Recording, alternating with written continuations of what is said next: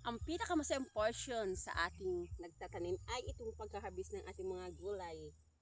Oh, harvesting ko ito dahil hindi naman pwede na gugulang lang ito. Oh, sigurado makakatipid na ako. Kaya meron ako magugulay. Na ito ang pinakamagandang portion sa ating mga nagtatanim. Ang nakakatipid at nakakagulay tayo na sarili nating ani, hindi ba? Yan ang pinaka the best at pinaka masarap sa pakiramdam. Ang pagka-harvest ng ating mga tinanim. Hindi man kadamihan o kalakihan, at least nakakatipid tayo. At siguradong safe ang ating kakainin dahil sariling tanim natin. Sariling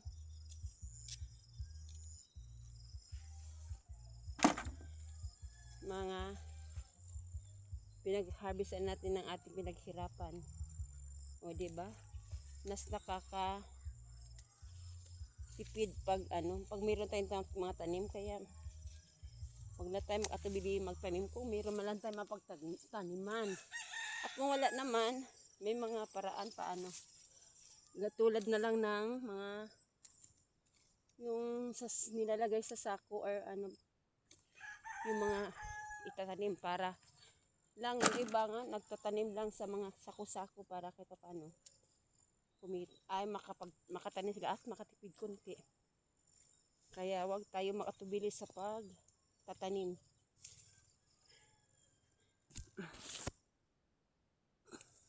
Tinatanggal ko na din yung may mga sira kasi kailangan tanggalin mo yung may mga uod para hindi na nakakahawa sa kapwa niya bunga. At ito namang may mga uod, may mga damage, hindi rin nasasayang sa akin dahil nilalaga ko at pinapakain ko sa aking mga baboy. Yan ang dyan. Kaya wala tagang sayang. Yung mga sobra-sobra sa pinagulayan ko matik sa aking mga alaga na pupunta. Nakakatipid ako sa feeds minsan. Yan. Yung mga magaganda ang bunga, syempre binibinta. O kaya minsan inuulam ko pag sobra sa ulam, ayun binibinta. Kaya maganda talaga pag may tanim-tanim tayo.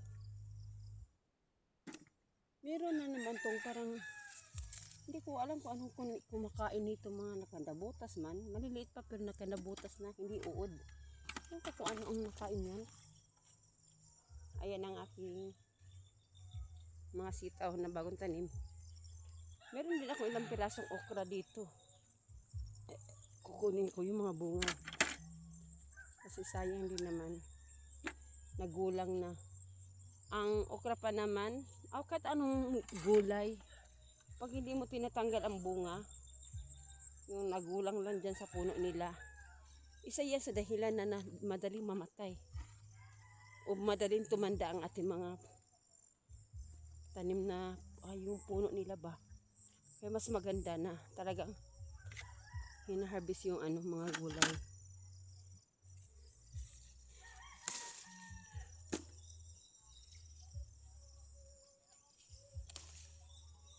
Ayan. Mag-harvest din ako ng ilang pirasong ayun, ang dami talang alokbati. Sino kayong gusto ng alokbati? Ayun, napakarami.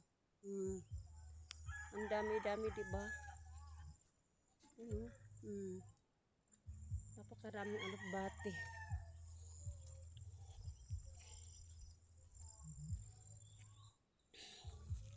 Dito ako sa isang portion ng aking talong. Eggplant ba? Ito sa aking eggplant ba?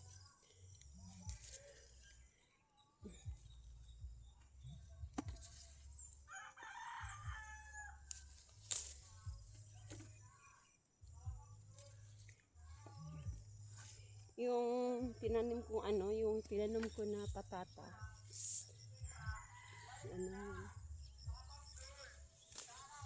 Hindi, yung una kong attempt na tanim, nabuhay siya. Pero, unti-unting namamatay. Ngayon, hindi ako sumuko. Magtanim na naman ako ulit. At hindi pa nabuhay. Hindi pa tumubo. Walang rason na hindi ko pagpatuloy ang pagtanim.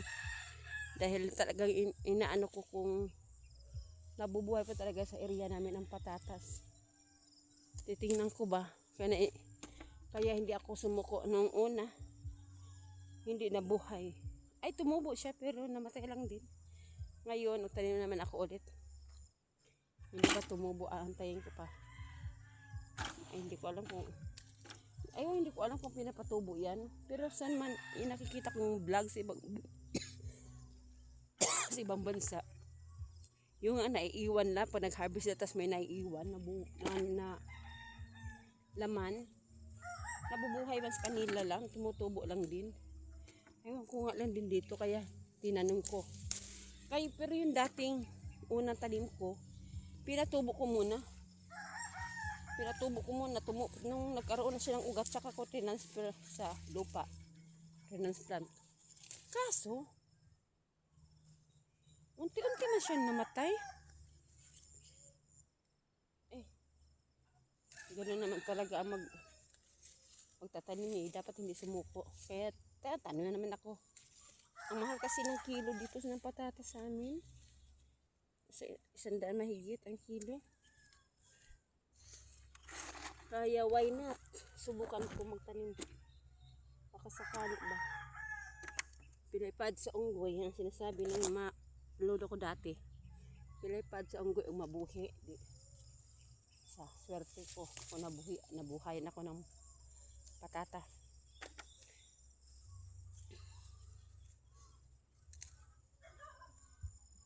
Gusto kong mag-aral ng paano magtanim ng ng mga ganyan mga gulay to sa amin ba, yung mga paano magtanim ng carrots, sibuyas. Nung mayroon pa akong big garden, mayroon akong kaibigan na technician. Technician ng mga medisina. Ngayon binigyan niya ako ng seeds ng sibuyas. Sibuyas. Nahirapan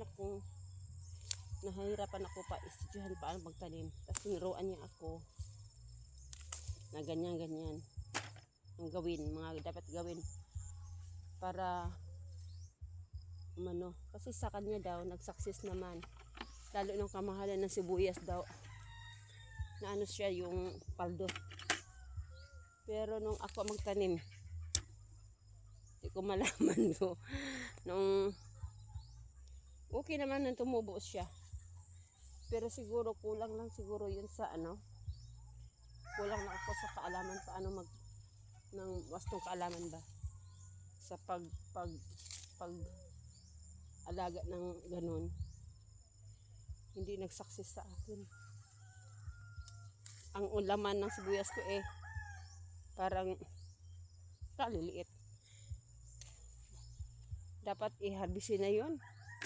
Pero ang laman niya, Diyos mio, napakaliliit. Kaya masasabi ko na hindi pa na perfecto ang ko na yun sa pagtatanim ng sibuyas. Ngayon, balak ko naman magtanim. May okra.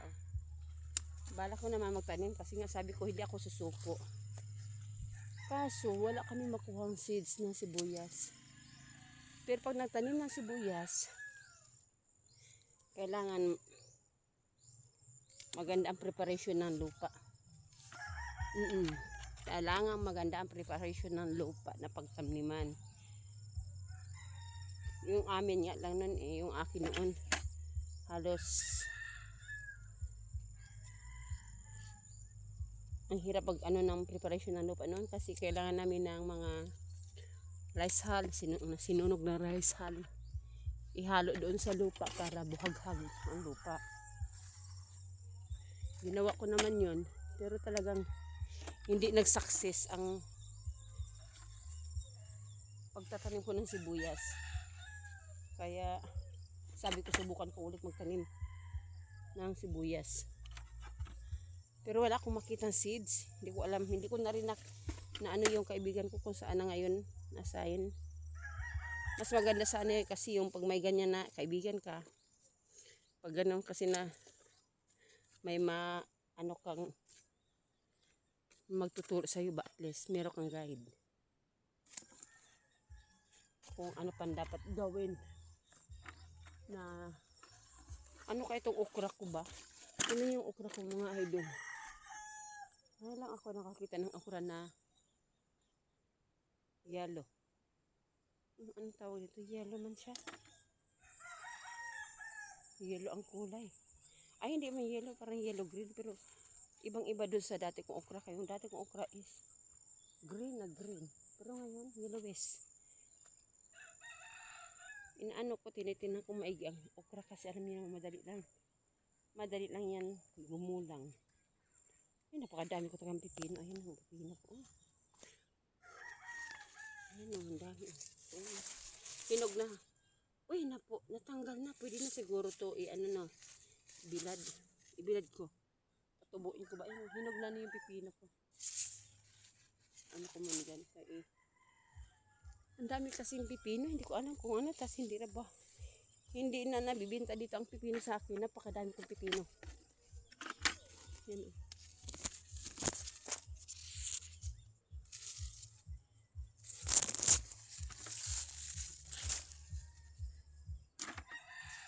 Super dami. Pero hindi na siya gaanong ano, meron na mga, hindi na maganda ang tuba yan, may mga disform na ba. Pero nagugulay pa rin yan. Nagugulay ba kayo ng pipino? Ako nagulay ako. Ayun, may mga ganito na. Maliliit ang yan.